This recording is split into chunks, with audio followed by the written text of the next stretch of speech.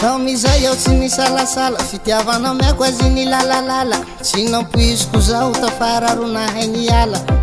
zaho le tena natoky naneo ty ahy fa tsy mba nitotsy ka le raha sarisary hatramo fitiavaka nisy soloky nalahelo tofoko sanandro mitoro marare nampijalinao fitiava tsy feno ro tsy zarizary kanefa henane zao fa tsy ane turunao ko henane zao ro mitomany vala tempela farany tiako tsy masolonao zao ny fara maty taminao zao ny tara angamba tsy anjara natonga ny vafoko atafara iatoko aty farany tiako fa tsy nazakanao zao ny mamy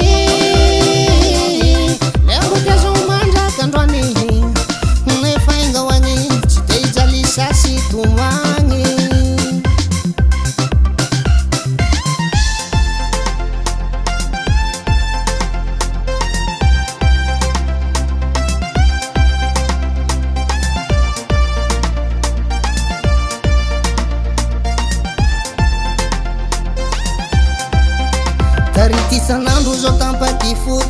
fa bototsy koa tsy mimpolo nampijaly fagnaia tsy vitan'izay mbo mirolo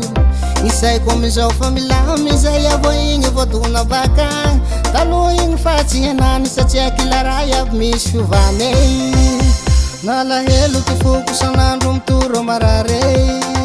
nampijalinao fitiava tsy feno ro tsy zarizary kanefa henane zao fa tsy ane turunao ko henane zao ro mitomany vala tempela farany tiako tsy masolonao zao ny fara maty taminao zao ny tara angamba tsy anjara natonga ny vafoko atafara iatoko aty farany tiako fa tsy nazakanao zao ny mamy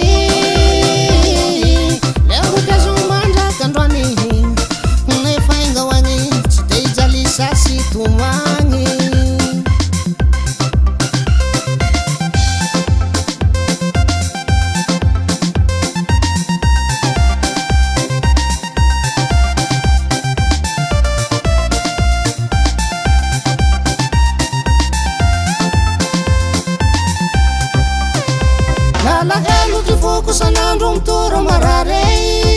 nampijalinao fitiava tsy feno ro tsy zariza kanefa henane zao fa tsy ane toronao koa zao mitomany vala tempela farany tiako tsy masolonao zao ny fara maty taminao zao ny tara angamba tsy anjara natonga ny vafoko atafara iatoko aty farany tiako fa tsy nazakanao zao ny mamy lemboky azo mandraka androany nefa ingahoany tsy te ijaly sasy tomany